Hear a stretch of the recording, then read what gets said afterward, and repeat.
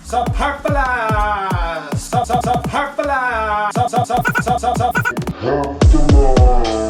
Superfluous sense is just reference.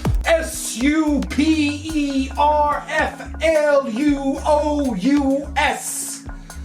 Superfluous.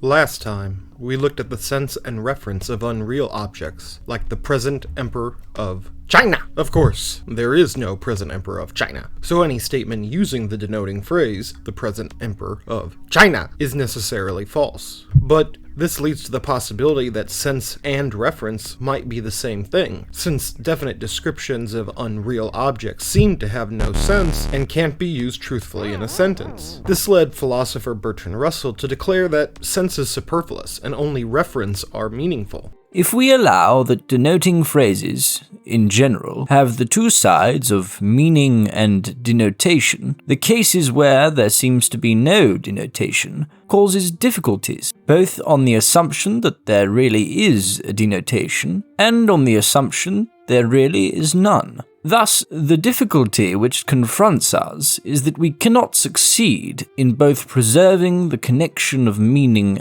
and denotation, and preventing them from being one and the same. Also, that the meaning cannot be got at except by means of denoting phrases. So, is sense superfluous, as Russell claims? Or can sense be rescued beyond the shackles of the nominatum?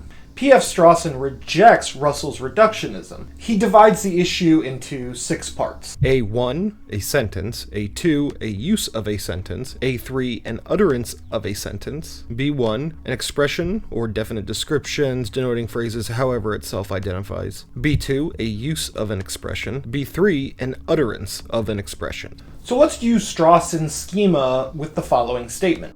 The present emperor of China has the mandate of heaven. As we've already mentioned, there is no referent here, so it must be false. Or is it?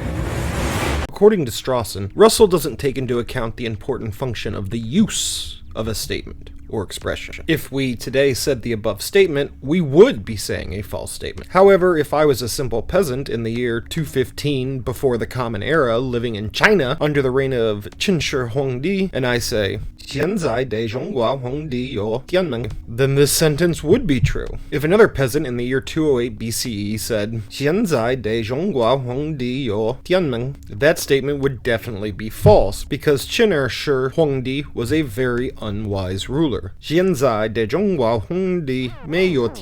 each of these instances, the speakers use the same sentence, but their use of the sentence is different because they are referring to different emperors, and each utterance is of course unique. If two people in 215 BCE both said,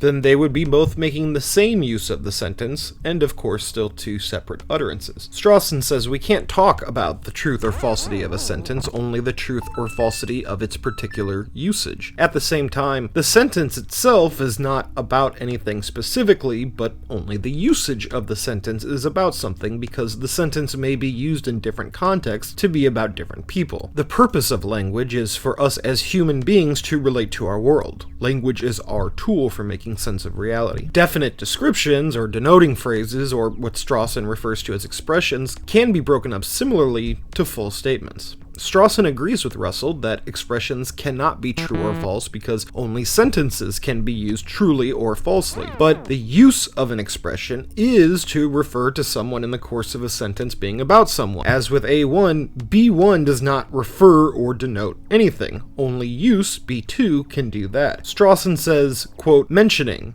or referring is not something an expression does. It is something that someone can use an expression to do. Mentioning or referring to something is a characteristic of a use of an expression, just as being about something and truth or falsity are characteristics of a use of a sentence. So what is it that A1 and B1 are doing in Strawson's theory? Well, they're precisely the sense or significance that Russell wants to reduce to a denotation.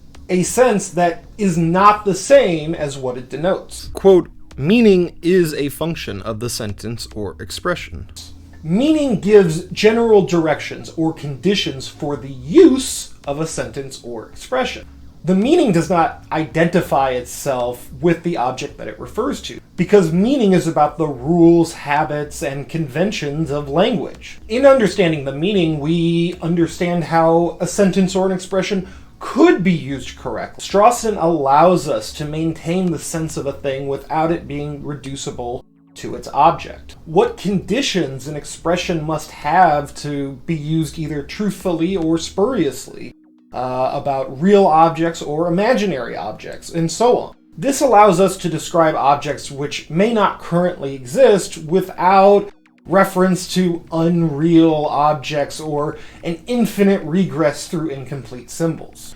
In order for us to authentically relate to reality using language, what we say must be true. It must be able to describe reality in a way which is informative. Next time you make a wrong turn, I'll see you again in one of my strange corners of thought.